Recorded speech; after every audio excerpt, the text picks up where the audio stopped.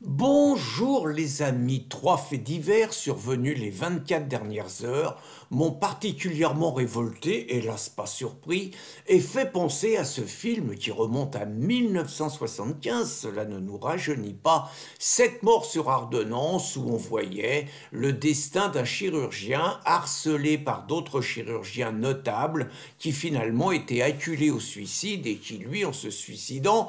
tuait simplement son épouse et ses 5 enfants, ce qui était peut-être pas forcément la meilleure solution. Donc ces trois faits divers résument quelque part l'abandon de nos compatriotes, l'abandon des Gaulois dans une période où Macron, selon une formule de Michel Onfray excellente, tue la France pour mieux diriger l'Europe. Et en tuant la France, il abandonne complètement les Français, d'où cette référence à ces morts sur ordonnance, à cet abandon à nos compatriotes qu'on envoie à la mort, que ce soit la mort sociale, que ce soit la mort physique dans des conditions sordides, et cela chaque jour. Alors ces trois anecdotes, cela commence par ce pauvre homme dans les Pyrénées-Orientales. L'homme a 67 ans, il vit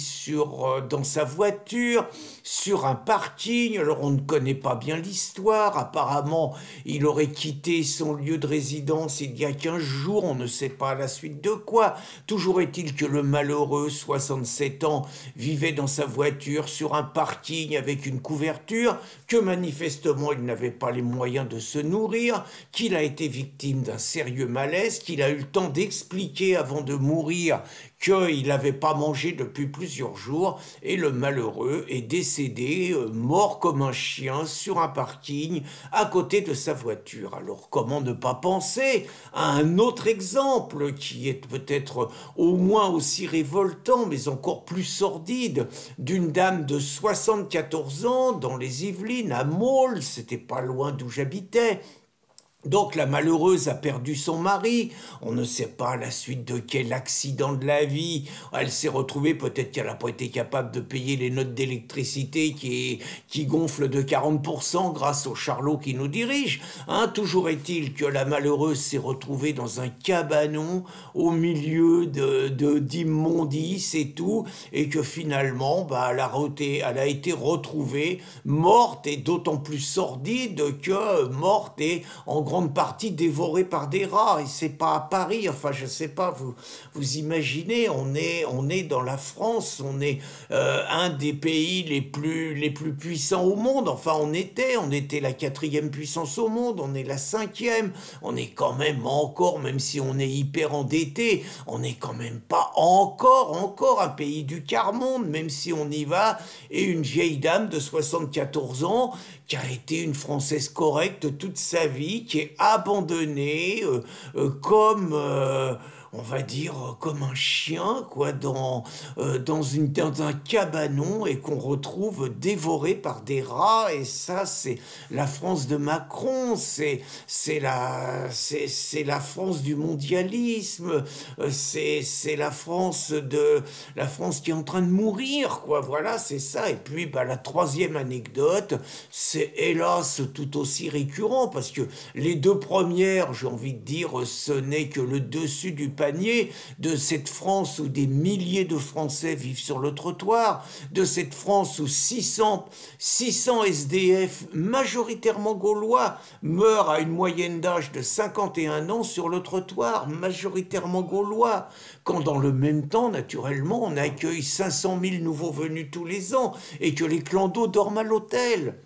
Je veux dire, c'est ça la France de Macron, c'est ça la France qu'encourage Mélenchon. Et donc, la troisième anecdote, j'y reviens, ça se passe sur un parking, ça se passe dans l'Aveyron, un couple va dans une grande surface, l'homme a 45 ans, il est accompagné de sa femme, il est accompagné de son fils de 13 ans, il voit une personne qui manifestement fait un espèce de rodéo sur le parking et qui met en danger, qui fait des embardées, blessé,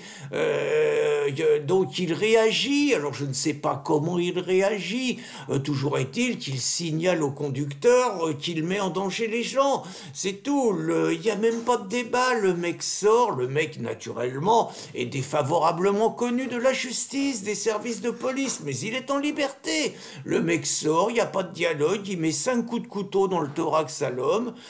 meurt devant sa femme et son gosse, et sa femme prend un coup de couteau sous la poitrine, et les journalistes, pour nous rassurer, nous disent qu'elle est hors d'état dedans, qu'elle est, que son pronostic vital n'est plus menacé, un machin comme ça. Bon, bref, c'est rien, quoi. Elle s'est pris un coup de couteau sous le sein, son mec est mort devant elle, ça laisse un gamin de 13 ans orphelin, traumatisé à vie. On va jamais parler, évidemment, des conséquences, qu'on vit plus jamais pareil, qu'on est traumatisé, que la vie est foutue. Un Français qui devait travailler, qui devait avoir une famille normale, qui est exposé, parce que dans ce régime, on fait venir des centaines de milliers de personnes, dont beaucoup sont des psychopathes, dont beaucoup ont des couteaux, et on ne protège absolument pas les Français contre ces mecs à couteau quand on vient nous faire chier pour nos armes, quand on vient nous faire chier parce qu'on a une lacrymo dans sa sacoche, par se défendre, et qu'on nous dit que c'est interdit dans la rue. Ça, on sait nous faire chier. Par contre, on laisse les psychopathes continuer à nous massacrer.